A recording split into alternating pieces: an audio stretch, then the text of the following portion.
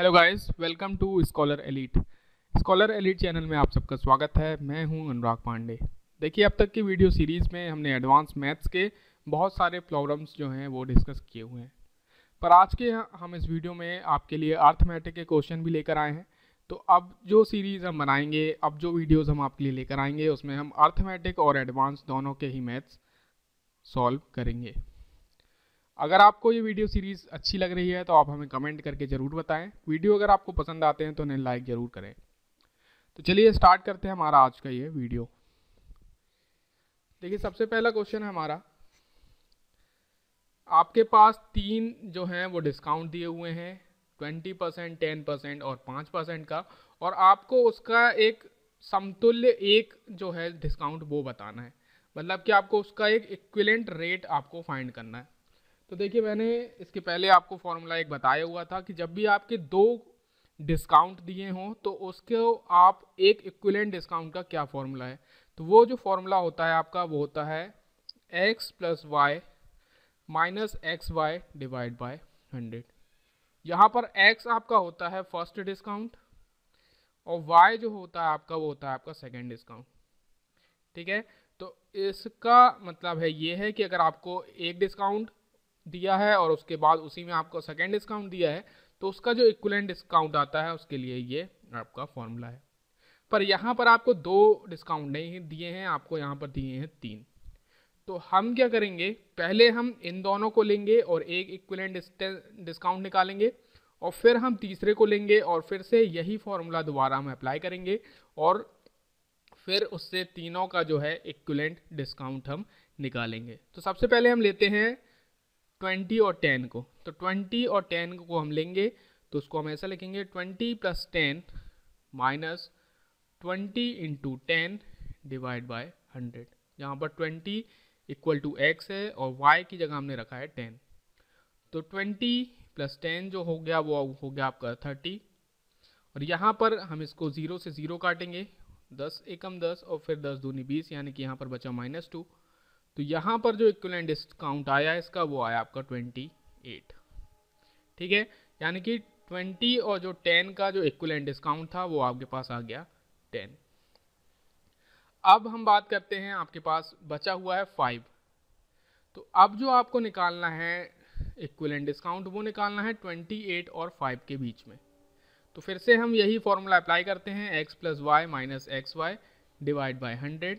तो 28 यानी कि x प्लस y यानी कि 5 और माइनस 28 इंटू 5 डिवाइड बाय 100। तो यहाँ पर 28 और 5 को जोड़ेंगे तो वो आएगा आपका 33। फिर आप करेंगे माइनस 5 से, अगर आप इसको काटेंगे तो 5 एकम और फिर 20, और फिर अगर यहाँ से हम 2 से अगर इसको काटें तो 2 धाम 10 और फिर 2 एकम 2 और 2 चौके 8, यानी कि यहाँ पर 14/10 है, तो यहाँ पर लग जाएगा आपका पॉइंट। तो ये जो वैल्यू आएगी वो आएगी आपके पास 1.4।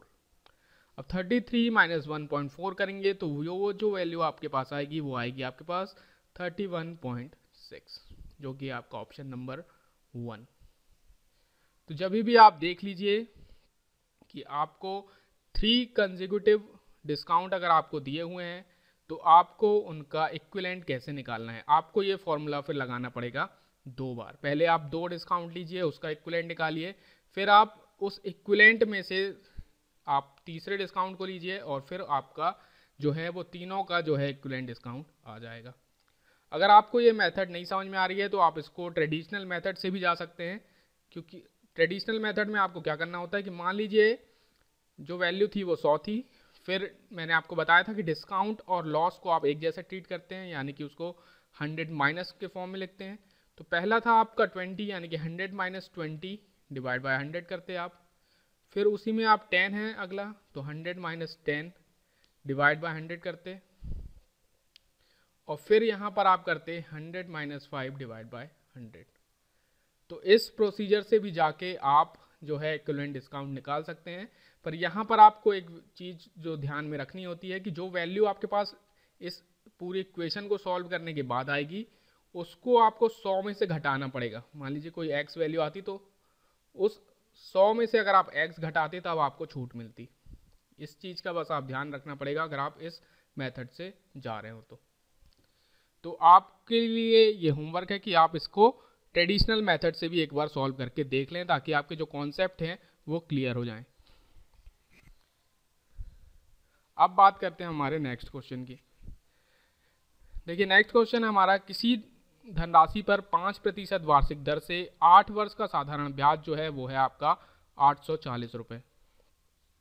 तो 5 वर्ष बाद उसी धनराशि पर उतना ही ब्याज अगर आपको प्राप्त करना है तो ब्याज की दर जो है वो कितनी होगी। ठीक है, तो मान लेते हैं हम हमारा वो राशि है हमारी x। ठीक है, जो रेट आपको दिया है वो दिया है 5% और जो टाइम आपको दिया है वो दिया है 8 वर्ष। ठीक है, तो मैंने आप लोगों को बताया था कि जब भी आपका साधारण ब्याज हो या चक्रवृद्धि ब्याज हो, वो अपने ही आप में एक परसेंटेज कैलकुलेशन होता है। और परसेंटेज कैलकुलेशन क्या होता है, साधारण ब्याज के केस में आप डायरेक्ट जो है रेट और टाइम को अगर मल्टीप्लाई कर दें तो वो ही आपका जो है इक्विवेलेंट परसेंट कहलाता है। ठीक है, यहाँ पर आपको सिंपल इंटरेस्ट की वैल्यू कितनी दी है 840, तो उसको भी हम पहले लिख लेते हैं। सिंपल इंटरेस्ट जो है आपका 840 है। अब मैंने बोला कि साधारण ब्याज अपने ही आप में एक परसेंटेज कैलकुलेशन है और इक्विवेलेंट परसेंट आता है रेट इनटू टाइम, यानी कि 5 × 8 यानी कि 40%। 8 पंजे 40 होता है। इसका मतलब ये है कि उस राशि का 40% ही जो है वो आपके बराबर है 840 रुपये के। ठीक है, तो यहाँ से आपको ये सब कैलकुलेट करने की ज़रूरत नहीं है। सेकेंड कंडीशन क्योंकि क्वेश्चन में ये है कि उसी राशि पर अगर 5 वर्ष बाद, यानी कि अब टाइम है 5 वर्ष, ठीक है, और राशि वही है यानी कि राशि आपकी अभी भी x ही है, और उतना ही ब्याज यानी कि सिंपल इंटरेस्ट भी आपका फिर से सेम है। सिंपल इंटरेस्ट आपका फिर से 840 है। तो उतना ही ब्याज अगर आपको प्राप्त करना है तो दर कितनी होगी, ब्याज की दर पूछा है, मतलब अभी भी आपको क्या करना है 40% ही निकालना है। उस राशि का 40% ही अभी भी जो है 840 होगा। पर अब उन्होंने क्या किया कि टाइम को कर दिया 4, टाइम को उन्होंने जो है कर दिया 5, सॉरी टाइम को उन्होंने कर दिया 5। ठीक है, आपसे इस बार पूछ रहा है रेट, तो मैंने क्या बताया कि 40% ही 840 के बराबर है, तो अभी भी तो 40% ही बराबर होगा ना। तो यहाँ रेट और जो टाइम का मल्टीप्लाई होगा वो आपका बराबर होना चाहिए 40 के। ठीक है, तो ये जो रेट इनटू टाइम है वो आपके बराबर होगा 40 के। टाइम है अगर आपका 5 तो रेट की वैल्यू क्या होगी, तो रेट आपका होगा 8। आई होप आपको ये क्वेश्चन समझ में आ गया होगा, क्योंकि दोनों ही कंडीशन में जो है ब्याज बराबर है, मतलब कि दोनों ही कंडीशन में आपका परसेंट बराबर है, और परसेंट क्या होता है रेट इनटू टाइम साधारण ब्याज के केस में। अगर आपको ये मेथड नहीं समझ में आई है तो आप यहाँ से क्या कीजिए, x की वैल्यू निकालिए और फिर उसका साधारण ब्याज से फॉर्मूला लगाकर फिर आप वहाँ से रेट की वैल्यू निकाल सकते हैं सेकंड कंडीशन को अप्लाई करके। तो जैसा भी आपको ठीक लगे आप उस मेथड को फॉलो कर सकते हैं। अब बात करते हैं हमारे नेक्स्ट क्वेश्चन की। देखिए नेक्स्ट क्वेश्चन है हमारा, एक व्यक्ति जो है 16 किलोमीटर घंटे की गति से साइकिल से किसी स्थान पर जाता है और कम गति से वापस आ जाता है। कम गति से यहाँ पर मतलब है कि 16 से कम गति होगी वो, और यदि कुल मिलाकर जो औसत गति है वो आपकी 6.4 किलोमीटर घंटा है, तो वापस आते समय की आपको गति जो है वो निकालनी है। तो देखिए जब भी आपकी डिस्टेंस होती है कांस्टेंट, ठीक है, डिस्टेंस होती है कोई, और अगर आप उस पर x की स्पीड से जाएं और y की स्पीड से रिटर्न आ जाएं, तो जो औसत गति होती है वो आपकी होती है 2xy divide by x plus Y. ये होती है आपकी औसत गति, ठीक है, या फिर एवरेज स्पीड। तो एवरेज स्पीड का होता है ये फॉर्मूला। अब यहाँ पर देखिए वो व्यक्ति जो है 16 किलोमीटर घंटे की गति से गया है, मतलब कि x की वैल्यू है यहाँ पर 16, और जो एवरेज स्पीड दी है, औसत गति जो है या एवरेज स्पीड है इस केस में वो है आपकी 6.4। आपको जो है वैल्यू निकालनी है y की, मतलब कि दूसरी स्पीड क्या थी वो आपको निकालनी है। तो हम ये फॉर्मूला अप्लाई कर देते हैं। एवरेज स्पीड 6.4 इक्वल टू होगा आपका 2, x की वैल्यू है आपकी 16 और y की वैल्यू आपको निकालनी है और यहाँ पर आएगा 16 प्लस वाई। अब 16 एकम होता है 16, 16 चौके 64 यानी कि 0.4, 2 से इसको काटेंगे तो ये बचेगा 0.2। अब 0.2 यहाँ पर हम क्रॉस मल्टीप्लाई करेंगे तो यहाँ पर 16 दूनी 32 यानी कि यहाँ पर होगा 3.2 और 0.2 इंटू वाई यानी कि प्लस 0.2 वाई, और यहाँ पर केवल आपके पास बचा है वाई। अब अगर आप इसको सॉल्व करेंगे तो ये 0.2 यहाँ पर जाएगा तो माइनस हो जाएगा, यानी कि जो 3.2 है वो आपके बराबर होगा 0.8 वाई के, यानी कि वाई की जो वैल्यू है 8 चौके 32 वो आएगी आपके पास 4। तो y इक्वल टू आया 4, मतलब कि आपकी जो सेकेंड स्पीड है वो आपकी आएगी 4। आई होप आपको ये क्वेश्चन समझ में आ गया होगा, बहुत इजी सा क्वेश्चन था। अब बात करते हैं हमारे नेक्स्ट क्वेश्चन की। देखिए नेक्स्ट क्वेश्चन है आपका, आपको दी हुई है वैल्यू साइन 31 की जो कि है x डिवाइड बाय y, और आपको वैल्यू निकालनी है सेक 31 डिग्री माइनस साइन 59 डिग्री की।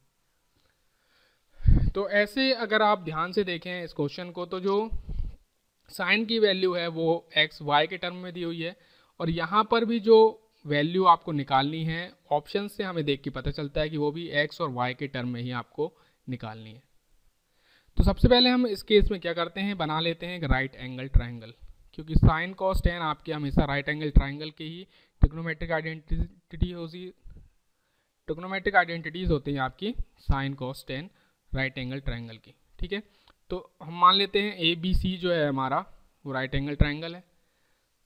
साइन 31 की वैल्यू आपको दी है, तो ये हम मान लेते हैं ये हमारा एंगल है जो कि है 31 डिग्री।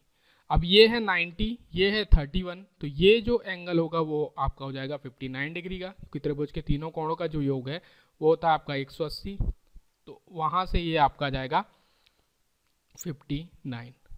अब साइन 31 की वैल्यू दी है, यानी कि इस एंगल को हम टारगेट करेंगे। साइन होता है लंब बटे कर्ण, तो इस एंगल के लिए जो लंब की वैल्यू होगी वो होगी ए बी यानी कि x, और कर्ण की जो वैल्यू होगी वो होगी ये ए सी यानी कि y।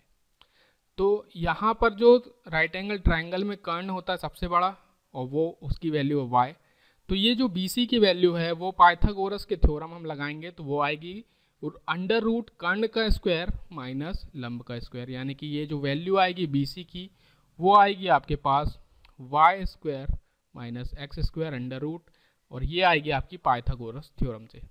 आप इसको लगा के देख सकते हैं। आपको जो है वैल्यू निकालनी है सेक 31 डिग्री की, सेक 31 माइनस साइन 59 डिग्री की आपको वैल्यू निकालनी है। तो अगर सेक 31 डिग्री की हम बात करें तो यहाँ पे हम लेंगे, इस एंगल की बात कर रहे हैं, तो सेक क्या होता है, कर्ण बटे आधार होता है, कॉस का उल्टा, क्योंकि कॉस होता है आधार बटे कर्ण, तो सेक होगा कर्ण बटे आधार, यानी कि कर्ण इस केस में या हाइपोटेनस इस केस में है y, तो इसकी जो वैल्यू आएगी वो आएगी y divide by root Y square minus x square. अब बात करते हैं साइन 59 की, 59 डिग्री यानी कि इस एंगल की हम बात कर रहे हैं।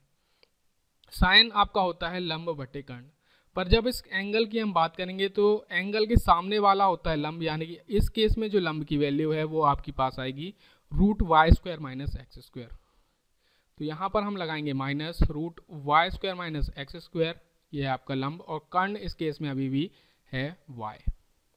तो इसकी वैल्यू आपको जो है निकालनी है, तो हम सबसे पहले ले लेते हैं एलसीएम। तो एलसीएम जो आएगा वो आएगा आपका y into Y square minus x square, आप दोनों को मल्टीप्लाई कर देंगे। अब यहाँ पर है root Y square minus x square, तो ये y ऊपर जाएगा, यहाँ पर हो जाएगा वाई स्क्वायर, फिर आप लगाएंगे माइनस। अब ये दोनों वैल्यू हैं सेम, तो इनका होगा मल्टीप्लाई, तो स्क्वायर हट जाएगा, तो ये जो वैल्यू आएगी वो आएगी Y square minus x square. तो यहाँ से जो वैल्यू आएगी वो आएगी Y square minus Y square plus X square, minus का आप अंदर इंटू करेंगे, और यहाँ डिवाइड में है आपके पास y under root Y square minus x square. तो वाई स्क्वायर से वाई स्क्वायर कट जाएगा, जो आपके पास वैल्यू बचेगी वो बचेगी X square divide by Y under root Y square minus x square, जो कि है आपका ऑप्शन नंबर 1। आई होप आपको ये क्वेश्चन समझ में आ गया है। इस टाइप के जब भी क्वेश्चन आए तो आप सीधा ट्राइंगल बना लीजिए, और फिर आप उसको सॉल्व कीजिए। मान लीजिए यहाँ पर जो है x और y ना दिया होकर कुछ आपको वैल्यू दी होती, मान लीजिए 4/5 दिया होता आपको, ठीक है, तो अभी भी आप इसी अप्रोच को फॉलो करते, ठीक है। तब यहाँ पर क्या होता है, यहाँ पर आप ले लेते साइन 31 डिग्री इक्वल टू 4, यहाँ 5, फिर से आप इसकी वैल्यू निकालते BC की, तो वो आपके पास आती 3, ठीक है। और फिर से आप इसी को फॉलो करते अप्रोच को। अब आपके पास y x नहीं है, अब आपके पास होती डायरेक्ट वैल्यूज़, तो आप फिर सीधे डायरेक्ट वैल्यूज़ को सॉल्व करते और आपके पास एक न्यूमेरिक नंबर आंसर का आ जाता। तो जो भी अप्रोच आप इस टाइप की ही फॉलो करिए जब भी आपको आप ऐसा क्वेश्चन में दिया हो। आई होप आपको ये क्वेश्चन समझ में आ गया होगा। अब बात करते हैं हमारे नेक्स्ट क्वेश्चन की। आपको निकालना है स्फेयर का एरिया जो कि 18 सेंटीमीटर वाले, यहाँ पर स्क्वायर नहीं होगा, यहाँ क्यूब होगा, 18 सेंटीमीटर वाले क्यूब के अंदर बनाए जा सकने वाले गोले का आपको क्षेत्रफल निकालना है। यहाँ पे क्षेत्रफल से मतलब है कि पृष्ठीय क्षेत्रफल या सरफेस एरिया जो है आपको निकालना है उस गोले का, ठीक है। मतलब कि जो है एक घन है या एक क्यूब है जिसके अंदर से एक गोला जो है काटा गया है, और सबसे बड़ा गोला जो है यानी कि उसकी जो भुजा होगी, मान लीजिए मैं 2D डायग्राम ही बना रहा हूँ पर ये 3D आप इसको एज्यूम कीजिएगा कि मान लीजिए ये कोई क्यूब है, इसके अंदर आपको सबसे बड़ा जो है वो गोला काटना है, मतलब कि सबसे बड़े गोले का आपको पृष्ठीय क्षेत्रफल निकालना है। तो सबसे बड़ा अगर होगा तो वो आपकी भुजाओं को जो है वो टच करेगा, ठीक है। यानी कि अगर इसकी लंबाई है अगर आपकी 18 सेंटीमीटर, तो जो गोला या स्फेयर बनाया जा सकता है उसका व्यास भी होगा आपका 18 सेंटीमीटर का, यानी कि ये जो व्यास है वो भी आपका 18 का होगा, तो जो गोला है वो सबसे बड़ा बनेगा। तो यहाँ पर देखिए भुजा जो है क्यूब की जो भुजा है वो आपको A बराबर दी हुई है आपकी 18 सेंटीमीटर, और हमने देखा कि अगर सबसे बड़ा गोला बनाना है तो उसका जो डायमीटर होगा वो भी 18 होगा, यानी कि जो स्फेयर का डायमीटर होगा, स्फेयर डायमीटर की अगर हम बात करें तो वो भी आपका होगा 18 का। तो अगर डायमीटर 18 है तो जो रेडियस होगी आपकी वो आपकी हो जाएगी 9, क्योंकि 2 इंटू रेडियस होता है डायमीटर, ठीक है। तो उस गोले की जो रेडियस है वो आपके पास आ गई 9 सेंटीमीटर। अब अगर बात कर रहे हैं, वो उसने पूछा है गोले का पृष्ठीय क्षेत्रफल या सरफेस एरिया जो है पूछा है। तो गोले की जब हम बात करते हैं या स्फेयर की बात करते हैं तो जो स्फेयर का जो आपके पास सरफेस एरिया आता है वो आपके पास आता है 4πr², ठीक है। πr² होता है आपका सर्किल का, और अगर आप उसमें 4 का इंटू कर दें तो वो आपका हो जाता है स्फेयर का। तो यहाँ पर आप देखिए ऑप्शन देखेंगे तो आपको पाई के टर्म में दिया है, यानी कि आपको पाई की वैल्यू नहीं रखनी है, आपको पाई के टर्म में ही जो है वो आंसर निकालना है। तो यहाँ हम पाई की वैल्यू नहीं रखेंगे, 4 इंटू पाई करेंगे, आर हमारे पास आया 9, तो हम सीधे कर देंगे 9 का स्क्वायर, तो ये जो वैल्यू आएगी वो आएगी 4 इंटू 81 इंटू पाई, जो कि वैल्यू आएगी आपके पास 324 पाई। आई होप आपको इस क्वेश्चन समझ में आ गया होगा। ये ऑप्शन यहाँ पर नहीं है क्योंकि ये क्वेश्चन थोड़ा मिसप्रिंट है, तो आप देख लीजिए ये वैल्यू जो है वो आपके पास आएगी 324 पाई। सरफेस एरिया जो है वो आएगा आपका 324 पाई। आई होप आपको ये क्वेश्चन समझ में आ गया होगा। अब बात करते हैं हमारे नेक्स्ट क्वेश्चन की। Next question is a tower is 50 metre height. एक टॉवर है जिसकी हाइट है आपकी 50 metre. Its shadow is x meter shorter than when the sun's altitude is 45 degree than when it is 30 degree। इसका मतलब ये है कि जब भी उसकी जो सन का एल्टीट्यूड है वो 30 डिग्री से जब 45 डिग्री हो जाता है तो उसकी जो छाया है वो x मीटर कम हो जाती है। तो आपको इसी x की जो है वो वैल्यू निकालनी है। तो सबसे पहले इस क्वेश्चन को हम डायग्राम की हेल्प से समझने की कोशिश करते हैं। मान लीजिए आपका ये है टॉवर, ये आपका ट्रायंगल ABCD, ये है आपका ट्रॉबर जिसकी हाइट है h इक्वल टू आपको दिया हुआ है 50 मीटर। ठीक है, तो सन का जो एल्टीट्यूड है, सन का एल्टीट्यूड आप यहां से लेंगे। ये जो लाइन है वो पैरेलल लाइन है आपके बीडी की, और जब पैरेलल लाइन है आपकी तो ये जो एंगल बन रहा है वो एंगल बराबर होगा इस एंगल के, और ये जो छोटा एंगल बन रहा है वो आपका बराबर होगा इस एंगल के। तो क्वेश्चन में आपको ये बोला है कि जब सन का एल्टीट्यूड जो 30 डिग्री था, ये था आपका 30 डिग्री, तो ये भी हो गया आपका 30 डिग्री, तो उस समय जो छाया की लंबाई थी, यानी कि छाया की जो लंबाई थी वो थी आपकी BD। ठीक है, और फिर जब सन का एल्टीट्यूड हो गया आपका 45 डिग्री, यानी कि ये हो गया आपका 45 डिग्री, तो जो छाया है वो हो गई अब BC बनेगी छाया। तो इन दोनों का जो डिफरेंस है वो है आपका x। तो मतलब कि क्वेश्चन में ये बोला कि जब 30 डिग्री से 45 डिग्री हुआ एंगल, तो जो है छाया x मीटर कम हो गई। तो आपको इसी x की वैल्यू जो है वो निकालना है इस क्वेश्चन में। सबसे पहले हम बात करते हैं हमारे ट्रायंगल ABC की। ABC में अगर आप देखें तो tan थीटा हम लगाएंगे, यानी कि tan 45 degree equal to h divide by, इस वैल्यू को हम ले लेते हैं y। ठीक है, तो h डिवाइड बाय y होगा tan 45 की वैल्यू जो कि होती है 1, तो h की वैल्यू है आपकी 50 दी हुई है, तो y की जो वैल्यू है यहाँ से वो आ गई आपकी 50। ठीक है, यानी कि ये जो वैल्यू है y की वो आ गई आपकी 50 डिग्री। आपको इस क्वेश्चन में निकालनी है वैल्यू x की। तो अब हम पूरा बड़ा वाला ट्रायंगल लेते हैं, तो अब लेते हैं ट्रायंगल ABD। तो ट्रायंगल ABD में अगर हम लगाएं tan, अब आपका 30 डिग्री लगेगा, tan 30 equal to h divide by y plus x, यानी कि 50 डिवाइड बाय 50 प्लस x, और इसी की जो वैल्यू है tan 30 की वो आपके पास आएगी 1/√3। तो सीधे आपको क्रॉस मल्टीप्लाई कर देना है, 50 प्लस x इक्वल टू हो जाएगा आपका 50√3, और x की अगर आप वैल्यू निकालेंगे यहाँ से तो 50 को आप यहाँ ट्रांसफर करेंगे, और 50 जब आप कॉमन लेंगे तो वो जो वैल्यू आएगी वो आएगी 50√3 - 1, जो कि है आपका ऑप्शन नंबर 2। तो आई होप आपको ये क्वेश्चन समझ में आ गया होगा। बहुत ही इजी सा क्वेश्चन है, और इस टाइप के क्वेश्चन आप जरूर एक्सपेक्ट कर सकते हैं इस बार के रेलवे के एग्जाम में।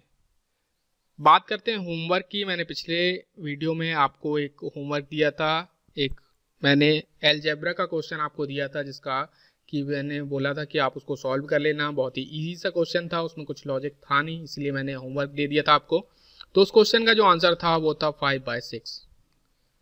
जिन लोगों का भी सही था उनके लिए अच्छा है, जो इनका आंसर नहीं आया वो ज़रूर प्रैक्टिस कीजिए, क्योंकि पार्टिसिपेट कीजिए। मैथ्स एक ऐसा सब्जेक्ट है कि आप आराम से अगर लेट के वीडियो देखेंगे तो आपको लगेगा कि हाँ बन रहा है, पर जब तक आप उसको करेंगे नहीं खुद से, तब तक आपको पता नहीं चलेगा कि वाकई में बन रहा है या नहीं।